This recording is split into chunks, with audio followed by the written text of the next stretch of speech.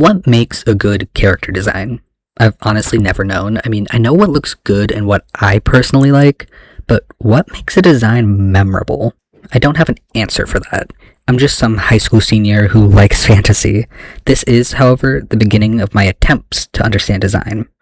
I started today by designing one of the patron deities in the fantasy world I'm trying to build. This is Renla.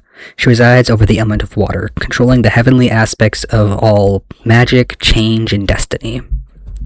I knew I wanted her to be both ethereal and somewhat realistic for the environment she was meant to exist in, so I gave her large, flowing fins and jewelry around her tail to make her feel beautiful and otherworldly, if that makes sense. She's meant to give off an almost motherly feel, so I gave her a nice round face and beautiful coiled hair.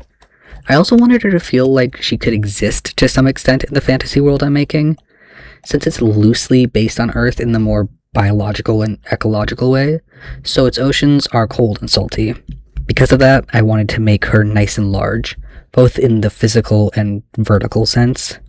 Renla has a larger physique to help keep her warm in the cold depths of the ocean and to help propel her body through the water. One aspect of character design I feel like I have a bit of a better understanding on is the idea of shape language, or the idea that certain shapes evoke different feelings and understandings of a character.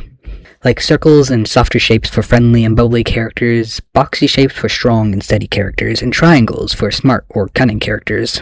For Renla, I wanted to accentuate her more maternal side with softer, more rounded shapes, so even her fins and coral crown have curved tips.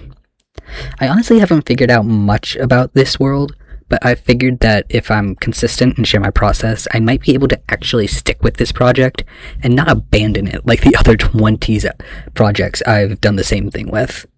So, if you feel like watching an amateur comic artist and writer try and make something of their hodgepodge ideas, maybe follow me. I promise I'm somewhat normal.